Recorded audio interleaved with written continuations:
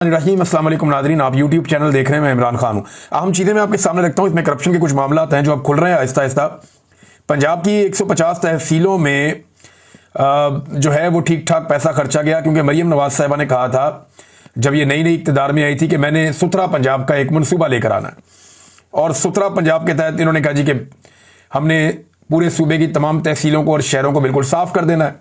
और इसके ऊपर जो है वो एक कंपेन चलाई गई, बहुत सारा जो है वो तजावज़ात हटाने का काम किया गया जी, कचरा भी उठाएंगे, ये सारी चीज़ें हुई।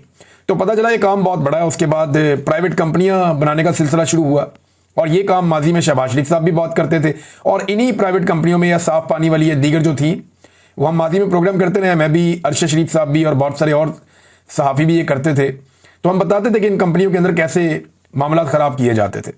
बहरहाल अब ये हुआ कि पंजाब में लोगों ने कंपनियां बनाना शुरू कर दी प्राइवेट, और ये ज़्यादातर कहा जाता है कि फ्रंटमैन थे, और फिर नून लीग का इनके साथ बड़ा ज़बरदस्त लिंक था। अब ये सुथरा पंजाब के लिए जो कंपनियां बनी जिन्होंने पंजाब को साफ करना था, इनके पास अरबों रुपए के फंड चले गए।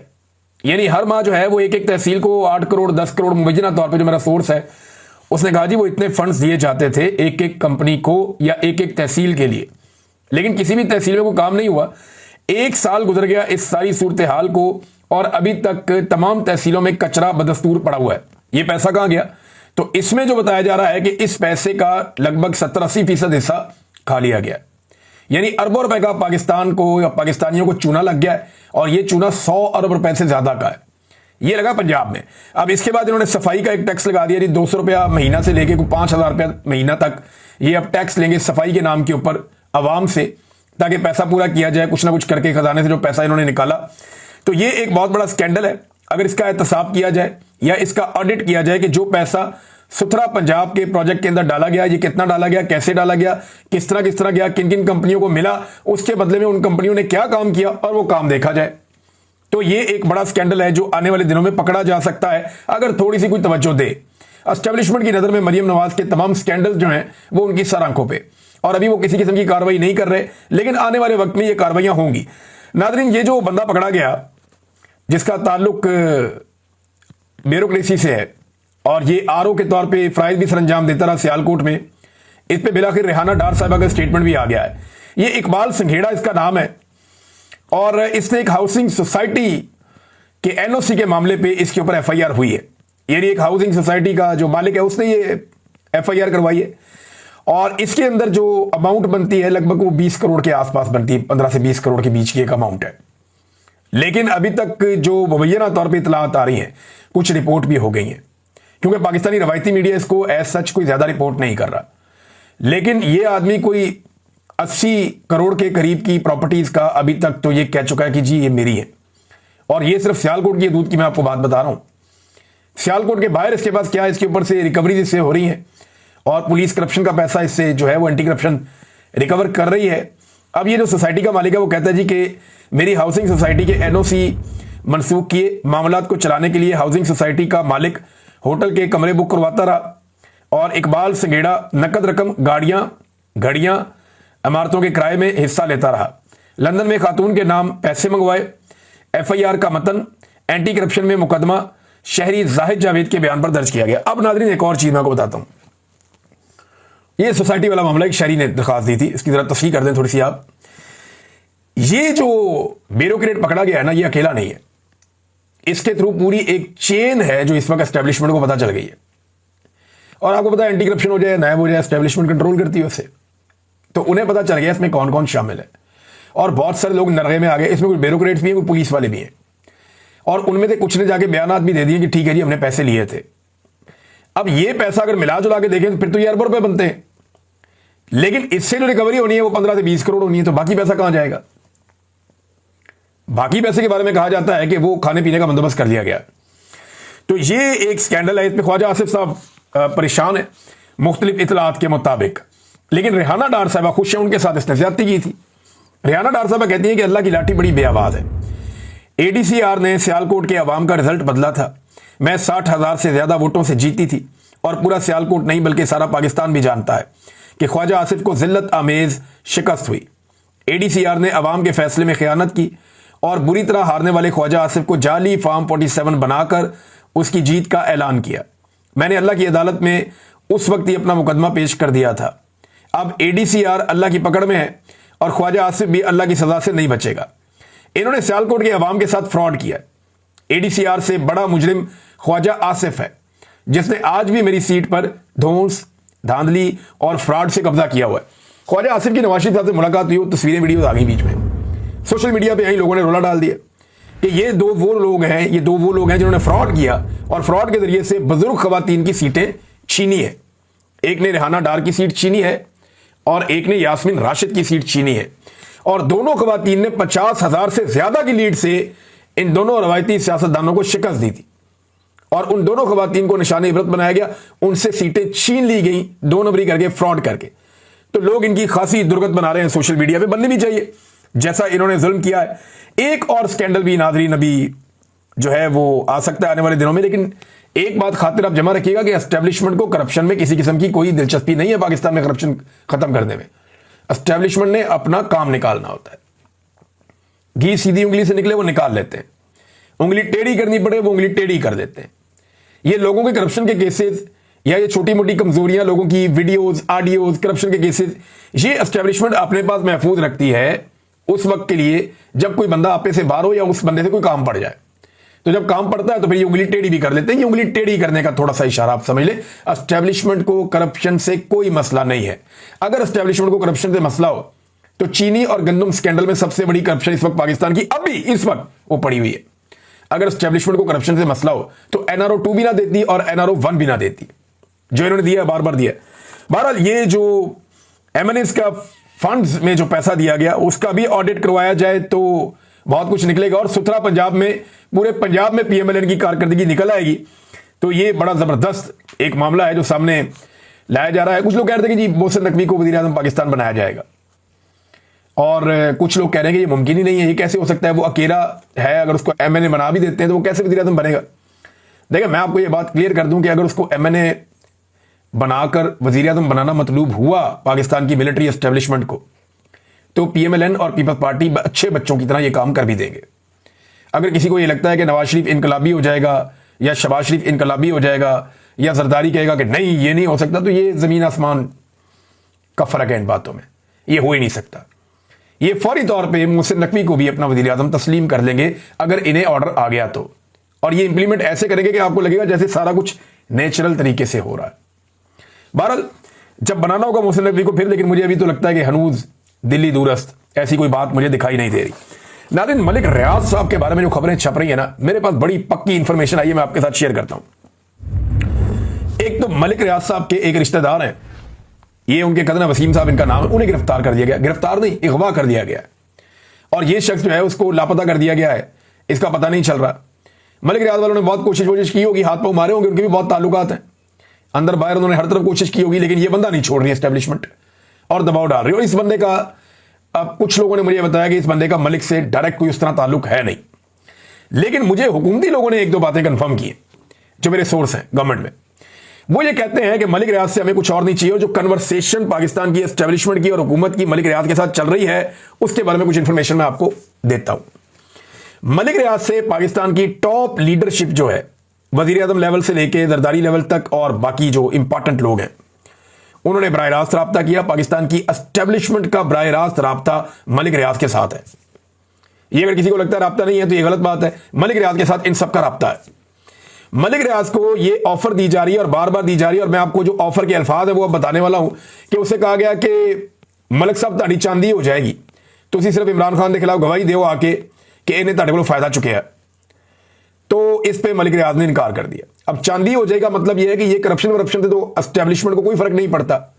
ऐसी कोई बात नहीं है कि मलिक ने कोई करप्शन कर दी जिसकी वजह से ये सारी दुनिया यहां पे करते ही ऐसे काम है, अजीबो गरीब तो काम हो रहे हैं पाकिस्तान में।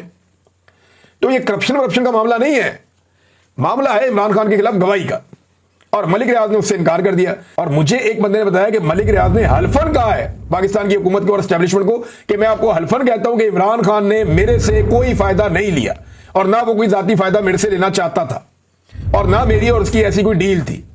ये मलिक रियाज ने बाकायदा गवर्नमेंट को और एस्टेब्लिशमेंट को बताया और उसको जवाब ये दिया गया कि हमें पता है इस बात का, लेकिन हमें गवाही चाहिए। अगर गवाही दो, आपको निकालना हमारा काम है मलिक साहब, और आपकी चांदी हो जाएगी पाकिस्तान में, सारी चीजें आपकी नॉर्मलाइज हो जाएंगी, बेफिक्र होकर पाकिस्तान में भी काम करो, बाहर भी काम करो। कोई नहीं छेड़ेगा। लेकिन मलिक रियाज ने कहा जी मैंने ये नहीं करना। मुझे ऐसा लगता है कि मलिक रियाज ने सारी जिंदगी पैसा कमाया और पैसे को एंजॉय किया, और अब मलिक रियाज को हादसाती तौर पे जब इस सूरत का सामना करना पड़ा तो उसने जब इनकार किया तो पाकिस्तानियों ने उनको इज्जत भी बहुत दे दी, और जब पाकिस्तानियों ने मलिक रियाज को इज्जत दे दी तो अब लगता है कि मलिक रियाज साहब को वो भी पसंद आ गई, और अब वो नहीं चाहते कि जनाब वो इमरान खान के खिलाफ झूठी गवाही देकर अपना नाम जो है वो ऐसे लोगों में लिखवा ले जो कंप्रोमाइज्ड हैं, कमजोर हैं और कौम उनसे नफरत करती है। बहरहाल फिलहाल तक की सूरत हाल ये मैं आपको ये बता देता हूं। लेकिन ये जो ऑफर की गई मलिक रियाज को, ये बिल्कुल ऐसे ही बात हुई है जैसे मैंने आपको बताई है, और ये ऐसा नहीं है कि निचले लेवल पे की गई है। एस्टेब्लिशमेंट का भी टॉप का लेवल और हुकूमत का भी टॉप का लेवल, ये नीचे वाले कोई नहीं, इन्होंने ऑफर की है। और मेरी इतला के मुताबिक अभी तक मलिक रियाज ने हामी नहीं भरी। और एक और चीज, जो यूएई की हुकूमत है वहां पे भी राब्ता किया पाकिस्तान की एस्टेब्लिशमेंट ने कि किसी तरह से मलिक रियाज को काबू किया जाए, लेकिन वहां की गवर्नमेंट ने भी पाकिस्तान की हुकूमत को घास नहीं डाली। यानी इन्होंने कोशिश की कि मलिक रियाज को किसी तरह से वहां पे दबाव डालें, उनसे बात करें, कोई रिक्वेस्ट करें, मलिक रियाज हमारे हवाले हो जाए, लेकिन उन्होंने इस मामले में मलिक रियाज के मामले में घास नहीं डाली। तो ये मामला भी यहां पर रोक देते हैं, और खबरें हैं कि मैं आपके साथ शेयर करूंगा। एक और चीज है नाज़रीन, ये हुकूमती सहाफ़ी बेचारे बावले हुए पड़े, रोजाना लिख देते हैं, बोल देते हैं कि इमरान खान खत्म शुद्ध, इमरान खान की सियासत खत्म हो गई, पीटीआई खत्म हो गई, लेकिन फिर रोजाना उसी पीटीआई के बारे में प्रोग्राम भी करते हैं, उसी के बारे में खबरें भी करते हैं, सारा दिन उसी पार्टी को, उसी लीडर को डिस्कस करते हैं, और शाम को एक ट्वीट करके सो जाते हैं कि इमरान खान खत्म हो गया। तो मेरा ना वैसे एक मशवरा पाकिस्तान तहरीक इंसाफ को, वो इन्हीं सहाफ़ियों के जब प्रोग्राम में जाएं तो जब भी ये सहाफ़ी कोई पॉलिटिकल सवाल पूछें तो इनको चाहिए मौसम पे बात करें, एंटरटेनमेंट पे बात करें, फैशन पे बात करें, म्यूजिक पे बात करें, सियासत पे बात ही ना करें। जब ये एंकर सवाल करे तो इनको जवाब दें कि यार वो तो खत्म हो गया, आपने खुद लिखा था खत्म शुद्ध, तो जो खत्म शुद्ध हो गया तो उस पर आप सवाल क्या करते हैं, छोड़े दफा करें, आए म्यूजिक पे बात करते हैं। इनको जरा आईना दिखाना चाहिए एक पॉलिटिकल पार्टी को। आप ये कैसे कह सकते हैं कि खत्म शुद्ध? यानी इतने बुरे हालात में पीएमएलएन के, बेड़ा गर्क हो गया उनका आवाम के अंदर, आज तक हमने किसी ने नहीं कहा कि खत्म शुद्ध। हाँ, ये कि उन्होंने अपनी सियासत तबाह कर दी, बर्बाद कर दी। और मैं बार बार ये कहता हूं कि नवाज शरीफ के पास चांस एक ही है कि वो अवामी मैंडेट वापस करें। एक ही चांस है कि वो कौम से माफी मांगे, वो कहे जी ठीक है अवामी मैंडेट है, मैं अपने वापस अपने मौके पे जाता हूं और मैं वही बात करूंगा जो हक वाली बात है, आओ बैठो बैठ के एस्टेब्लिशमेंट को सियासत से बाहर निकालते हैं, फिर तो मियां साहब की बात बन जाएगी। नाज़रीन, यहां पे शेर अफजल मरवत ने एक स्टेटमेंट दिया अलीमा खान के बारे में, अलीमा खान साहबा ने एक स्टेटमेंट दिया शेर अफजल मरवत के बारे में, और ये जो स्टेटमेंट है ये बढ़ते जा रहे हैं, एक दूसरे के खिलाफ स्टेटमेंट्स आ रहे हैं, शेर अफजल का अलीमा खान के बारे में, अलीमा खान का शेर अफजल के बारे में। लेकिन इसमें एक स्टेटमेंट आ गया बीच में अदील हबीब साहब का। अदील हबीब साहब जो हैं वो जर्नलिस्ट हैं और सियासत.pk को ओन करते हैं। ये पाकिस्तान से बाहर मौजूद हैं और अमेरिका में या कनाडा में है ग़ालिबन आजकल। और इन्होंने एक बात बताई शेर अफजल मरवत के बारे में, मैं हैरान हो गया सुन के।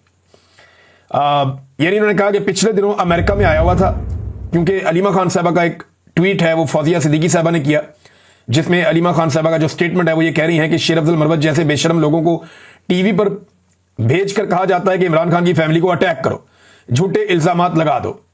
ये जनाब शेर अफजल मरवत साहब ये कहते हैं कि अलीमा खान एस्टेब्लिशमेंट की बंदी है और एस्टेब्लिशमेंट ने उन्हें लॉन्च किया हुआ और वो एस्टेब्लिशमेंट से फायदे उठा रही है। हालांकि अगर एस्टेब्लिशमेंट, फिर इसका मतलब है एस्टेब्लिशमेंट तो एंटी आसिम मुनीर है, क्योंकि अलीमा खान तो ये वाहिद वो खातून है जो बाहर आकर आसिम मुनीर का नाम लेती हैं और पैगाम इमरान खान का पहुंचाती हैं खुलकर। तो ये कैसी एस्टेब्लिशमेंट से डील है कि उनके आर्मी चीफ का ही नाम लेती हैं बार बार। बहरहाल ये मरवत साहब की अपनी अंडरस्टैंडिंग है, लेकिन ये अदील हबीब साहब ने बड़ी खौफनाक बात की है। और क्योंकि उन्होंने ये बात ऐसे मुल्क में बैठ के की है जहां पे शेर अफजल मरवत साहब चाहें तो जाके चैलेंज कर सकते हैं अदालत में कि ये मेरे खाते में बात क्यों डाली गई है। लेकिन अदील हबीब साहब क्योंकि जर्नलिस्ट हैं, उनको इस बात का आइडिया है कि जो उन्होंने बात की उसकी गवाहियां उनके पास मौजूद होंगी, और गवाहियां मौजूद होने की वजह से उन्होंने उस सरजमीन पर बैठ के ये बात कर दी है। उन्हें पूरा यकीन है कि शेर अफजल मरवत उन्हें अदालत में चैलेंज नहीं करेंगे, वरना इस तरह के मामले में अदालत में चैलेंज किया जाए तो मुसीबत बन सकती है। लेकिन उन्होंने कहा क्या, वो बताते हैं जी कि पिछले दिनों अमेरिका में आया हुआ था और ऐसी मुगलजात फैला रहा था कि बयान करना भी मुमकिन नहीं है। कहता है कि इमरान खान की नजर बुशरा बीबी की बेटी पर थी। ये बड़ी नीच बात है अगर किसी ने भी की है तो। बुनियादी तौर पर बैरून मुल्क पाकिस्तानियों में इमरान खान के खिलाफ जहन साजी की कोशिश कर रहा है। ये जनाब अदील हबीब साहब ने की है, मैं बात दोहराना भी नहीं चाहता, बड़ी मायूब बात है। लेकिन अगर ये बात गलत है तो शेर अफजल मरवत साहब जाके वहां अदालत से रुजू कर सकते हैं जहां पे अदील हबीब साहब मौजूद हैं। और अदील हबीब साहब ने अगर वहां गवाह पेश कर दिए जिनके सामने शेर अफजल मरवत साहब ने ये बात की तो वो एक नई मुसीबत बन जाएगी। बहरहाल एक और खबर है उस पर चलते हैं। नादरीन, ये भी एक बड़ी इंपॉर्टेंट खबर है। नादरीन, खबर यह है कि बाजोड़ से एक जरगा बना था जो तालिबान के साथ, टीटीपी के साथ मुज़ाकरात कर रहा था, बातचीत कर रहा था। अभी तक ये किसी नतीजे पर नहीं पहुंचे, लेकिन ये अमन लाने के लिए इन्होंने बातचीत जारी रखी हुई है और 7वां राउंड इनका मुकम्मल हो गया। ये इतनी मेहनत कर रहे हैं, इनमें बहुत सारे बुजुर्ग लोग भी मौजूद हैं, उलमा इकराम भी मौजूद हैं, इलाके की बात सर कुछ शख्सियात हैं, कहा जाता है वो लोग भी हैं, और ये कोशिश कर रहे हैं कि किसी तरह तालिबान के साथ इनके मामला तय पा जाएं और ये खित्ता अमन का गहवारा बन जाए। बाजोड़ के लोगों ने बहुत तकलीफ बर्दाश्त की है और वो एक बड़े मिलिट्री ऑपरेशन के मुतहम्मिल नहीं हो सकते, क्योंकि उससे बड़े पैमाने पर नकल मकानी होती है, लोगों का बहुत नुकसान हो जाता है और दहशतगर्दी खत्म भी नहीं होती। अब उसमें यह कहा जा रहा है कि अफगानिस्तान हुकूमत से भी दरखास्त कर रहे हैं कि अपना किरदार अदा करें और इस मसले को हल करवाएं। ये जिरगा के सरबराह हारून रशीद साहब ने ये स्टेटमेंट दिया है। मेरी दुआ है कि अमन के लिए जो भी मुज़ाकरात हैं वो कामयाब हों और पाकिस्तान जो है वो मजीद लड़ाई से महफूज रहे। नादरीन, मरी के रस्ते के अंदर रेडियां वड़ियां लगी होती हैं। आपने कभी अगर आप घूमने के लिए मरी जाएं तो रस्ते में कुछ छलियां बेच रहा है, कोई नारियल बेच रहा है, कोई और चीज बेच रहा है। इन रेडी वालों को भी बाउंड कर दिया गया है कि आपने अपनी रेडी अगर यहां पे लगा के रखनी है, वरना रेडी उठा के फेंक देंगे। अगर रेडी यहां पे आपने लगाकर रखनी है तो उसके ऊपर मरियम नवाज का फोटो लगाओ। अब वो बेचारे ला के फ्लेक्स उनको दे दी गई है। वो बेचारा कोई जूस बेच रहा है, कोई कुछ और बेच रहा है, कोई नारियल पानी बेच रहा है, कोई जो है वो वहां पे छलियां बेच रहा है, भुट्टे, वो उन सबके ऊपर मरियम नवाज के फोटोज ला के लगा दिए। कैसी नरगसियत है, पागलपन है कि ये खातून यहां से गुजरती है, लिहाजा इसके फोटो यहां पे भी चिपका दो। लोग यहां पे सेहत के लिए आते हैं पंजाब से, यहां पे भी शक्ल दिखाओ। इनको इस बात का आइडिया नहीं है कि जितना ज्यादा जबरदस्ती आप लोगों को अपने मुंह दिखाते हैं, लोग उतना ज्यादा आपसे चिढ़ते हैं, उतना ज्यादा परेशान होते हैं लोग कि यार ये क्या है, जहां जाओ ये शक्ल नजर आती है। फॉर गॉड से इस नरगसियत से, इस पागलपन से पंजाब को छुटकारा दिलवाया जाए। जिन लोगों ने लाकर ये तोहफे मुसल्लत किए हैं वो जरा एक दफा बैठकर ठंडे दिल से सोचें कि ये आपने किया क्या कौम के साथ। भाई क्या ऐसा गुनाह कर दिया था पंजाब के शहरियों ने, या क्या ऐसा गुनाह कर दिया था पाकिस्तानियों ने कि आपने लाकर ये मुसल्लत कर दिया ज़हनी मरीज जिनको अपनी शक्ल के अलावा अपनी शक्ल से बाहर दिखाई कुछ नहीं देता। एक पागलपन है जो चल रहा है, जिसे मुसल्लत किया गया है। नाज़रीन, कौमी असेंबली में अपोजिशन लीडर का ओहदा जो है वो भी खाली हो गया। उमर अयूब साहब को आपको पता है फारिग कर दिया गया। अब वो अपोजिशन लीडर थे, उनका ओहदा भी फारिग हो गया। ये मामला भी कोर्ट में जाएगा, आगे बढ़ेगा, देखते हैं क्या होगा। लेकिन बड़ा अनफॉर्चुनेट है जो पाकिस्तान के अंदर इस वक्त असेंबली के साथ किया जा रहा है। एस्टेब्लिशमेंट ने हर चीज को पूरी तरह से कंट्रोल कर लिया है। एक और खबर आई है नाज़रीन, खबर यह है कि 2050 अरब पैसे जायद की संगीन बेज़ाब्तियां हुई हैं पेट्रोलियम के शोबे में। पाकिस्तान में कोई ऐसा शोबा, कोई ऐसी चीज नहीं बची जहां पे इन्होंने दो नंबरी और घटियापन ना किया। लगातार कर रहे हैं। एक आपको इंटरनेशनल फ्रंट से खबर देता हूं, बहुत सारी आई हुई है खबरें, तो बैनुल अक़वामी बहुत जमा हुई है, फिर आपको बताऊंगा। लेकिन यह खबर आप देखेंगे अज़रबैजान और आर्मीनिया, इनकी अगर आप लड़ाई देखें ना कब हुई है, तो इनकी लड़ाई खत्म हुए भी अभी चंद साल गुजर गए हैं। जी नाज़रीन, ये अज़रबैजान और आर्मीनिया की जो लड़ाई है उसे खत्म हुए अभी चंद साल गुजर गए हैं और इसका जो नतीजा है वो भी निकल आया था। यानी अज़रबैजान ने आर्मीनिया से अपना इलाका काराबाग जो है वो आजाद करवा लिया था, लेकिन एक बॉर्डर पे एक टेंशन है वो रहती है। तो अब डोनाल्ड ट्रंप ने इनकी भी सुलह करवा दी है और ये इन दोनों मुल्कों ने भी कह दिया जी डोनाल्ड ट्रंप को नोबेल पीस प्राइज दिया जाए। ये पुरानी जंगें जो हैं, पुराना हुक्का ताज़ा करके भी कोशिश की जा रही है कि डोनाल्ड ट्रंप साहब जो है उनको नोबेल का पीस प्राइज दिलवाया जाए। ये मुझे लगता है उन्हें बहुत शौक है। मुझे लगता है डोनाल्ड ट्रंप की ये ख्वाहिश है कि उन्हें अमन का नोबेल इनाम दिया जाए। और सबसे पहले क्योंकि पाकिस्तान ने कहा था अगर डोनाल्ड ट्रंप को ये इनाम मिलता है तो डोनाल्ड ट्रंप पाकिस्तान से, खासतौर पे फील्ड मार्शल से तो बहुत खुश होगा। और फील्ड मार्शल फिर से अमेरिका के दौरे पर और फिर से मुलाकात की उम्मीदें। तो एक तो पाकिस्तानी एस्टेब्लिशमेंट के अमेरिका के साथ ताल्लुकात हमेशा अच्छे रहे हैं, लेकिन इस मरतबा इसका फायदा मौजूदा फील्ड मार्शल को और मौजूदा हुक्मरानों को हो रहा है।